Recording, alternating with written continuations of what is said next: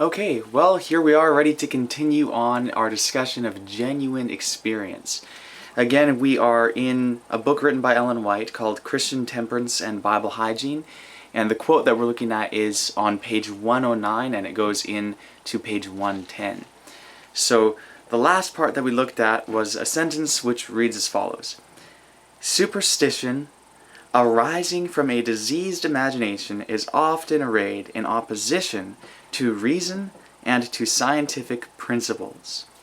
And I was giving the example of homeopathy and how often people will have the belief in homeopathy, which again, this statement is referring to superstition. And what is superstition? Well, really, superstition, as we spoke of earlier in our series of videos, it is the result of a misunderstanding of causation. In other words, it's believed that, oh well, these things correlate, so therefore one must have caused the other. So, okay, well, you have a rain dance, and well, every time we dance, the rain comes, or at least some of the time. And so therefore one must cause the other. That forms a superstitious belief. Oh, I saw a black cat, and then I had a bad day. Well, maybe it's because I saw the black cat. Or, this sort of thing happens all the time. And as we spoke of earlier in the series, this isn't exclusive to people in the past living somewhere in a jungle or anything like that. No, this happens all the time, even today. And we modern people in the scientific age still think like this in regard to many things. So, again, superstition isn't just the acknowledged superstitious beliefs. It is also any other thing which confuses correlation with causation. So please examine yourself and see, okay, well, do you have any beliefs that, well, you believe that one thing caused another thing, but what if it really didn't? What if it really didn't? What if it just corresponded or correlated? If you found yourself saying things like, well, I know that this medicine must have healed me because I was feeling sick and then I took it and now I'm not. If you found yourself saying things like that, it's a good idea to question, is that a genuine experience? Is that something that was really a causal relationship between your medicine and your feeling better? Or was it just a corresponding experience? Was it a correlating set of events? So again, this is something important to consider. We'll move on to the next sentence here in this quote from Ellen White. To many a person, the idea that others may gainsay what he has learned by experience seems folly and even cruelty itself. Okay, so for someone to go to you and to tell you, hey, what you thought is experience, the circumstance in which you found yourself and what you thought you learned from that, that's not genuine knowledge and that's not genuine experience. Well, someone may feel very offended by that, like, well, who are you to tell me? I lived through it, I know. Well, is living through something the same as gaining a genuine experience? No, as we've already talked about, experience requires experimentation. Experience is knowledge derived from experiment. So, again, it's important for people to examine themselves in this regard and say, okay, well, if someone comes to me and they propose to me that my experience is not genuine, should I be offended? Should I view them as cruel toward me? I'll give another example which is a little bit more personal, and depending on the person could be very heart-wrenching. If you have, let's say, an old woman who had been married for 60 years and then her spouse dies, and she has an experience where her dead husband appears to her and tells her how much he loves her and that he's still with her, and he holds her and embraces her and just is there, and in her experience she's there with him and he's holding her in his arms for 3 hours. if you meet someone with an experience like that, and then you tell them, well, you know what? That's not really a genuine experience because he's dead. Your husband is dead. It couldn't have been him. You know, it either was a hallucination or some other thing. Well, if you were to tell an old woman that she really believes that it was her husband, she might view you as being totally cruel toward her, like as robbing her from her only comfort. So, you know, you can see how this could happen.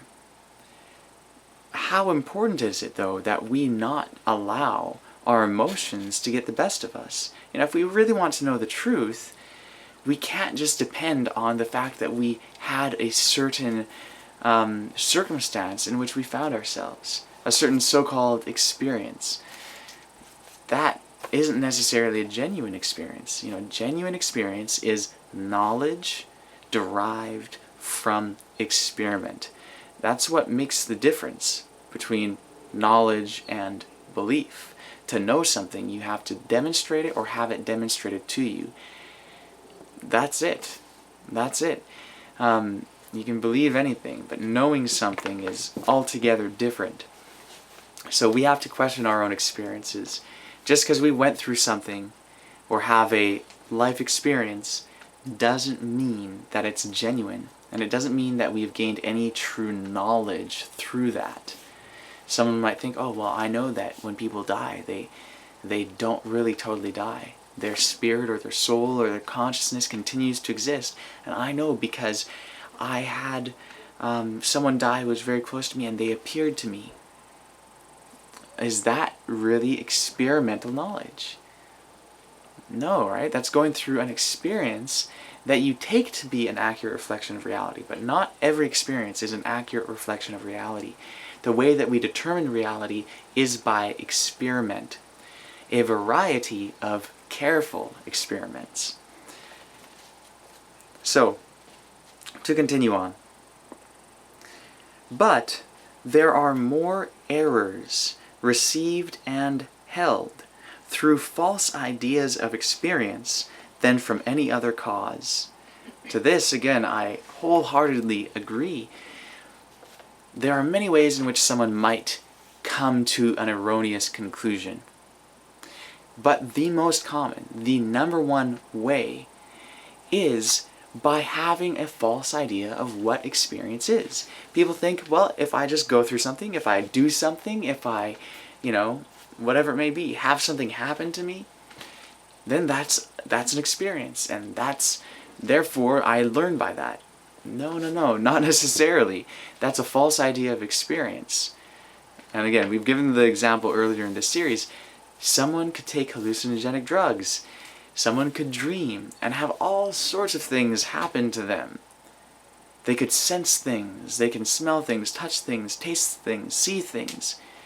It doesn't mean it's reality. It doesn't mean it corresponds to what is physically real. So again, we can't just go based off of our experience if we define experience like that being something that we do or something that happens to us, a circumstance. No.